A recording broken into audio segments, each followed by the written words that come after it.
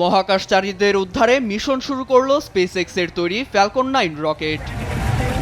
International SpaceX station থেকে crew 9 এর Butch Wilmore ও সুনি উইলিয়ামসকে পৃথিবীতে ফিরিয়ে আনতে শুক্রবার রওনা হয় রকেটটি। এর মধ্য দিয়ে দীর্ঘ 9 মাস পর পৃথিবীতে ফিরবেন তারা।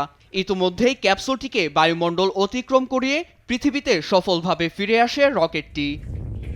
মূলত ইলন মাস্কের প্রতিষ্ঠান স্পেসএক্স এর তৈরি ড্রাগন ক্যাপসুল, যা বহন করছে ক্রু 10 এর তাকুয়া ওনিশি, কিরিল পেসকোভ, অ্যানি মেকলেইন, নিকোল আয়ার্স নামের নতুন 4 মহাকাশচারীকে। মূলত ব্রুচ ও সুনি সহ আরও দুজনের সমন্বয়ে তৈরি ক্রু 9 এর স্থলাভিষিক্ত হবে দলটি। গেল বছর জুলাইয়ে মাত্র 8 দিনের মিশনে আন্তর্জাতিক স্পেস স্টেশনে যায় তারা। মহাকাশযান স্টারলাইনারের কার্যক্রম পর্যবেক্ষণ করা, যা মূলত ইলন মাস্কের স্পেসএক্স এর প্রতিদ্বন্দ্বী অ্যারোস্পেস বোয়িং এর তৈরি।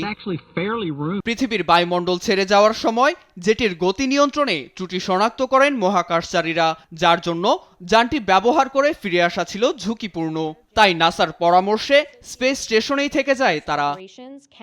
যদিও পৃথিবীতে ফিরে আসার জন্য যানটি অকেজো ছিল না বলে দাবি নির্মাতা প্রতিষ্ঠানটির, তবে জীবনের নিরাপত্তা নিশ্চিত করতে ঝুঁকি এড়িয়ে ইলনের স্পেসক্রাফট ব্যবহারের পরামর্শ দেয় নাসা।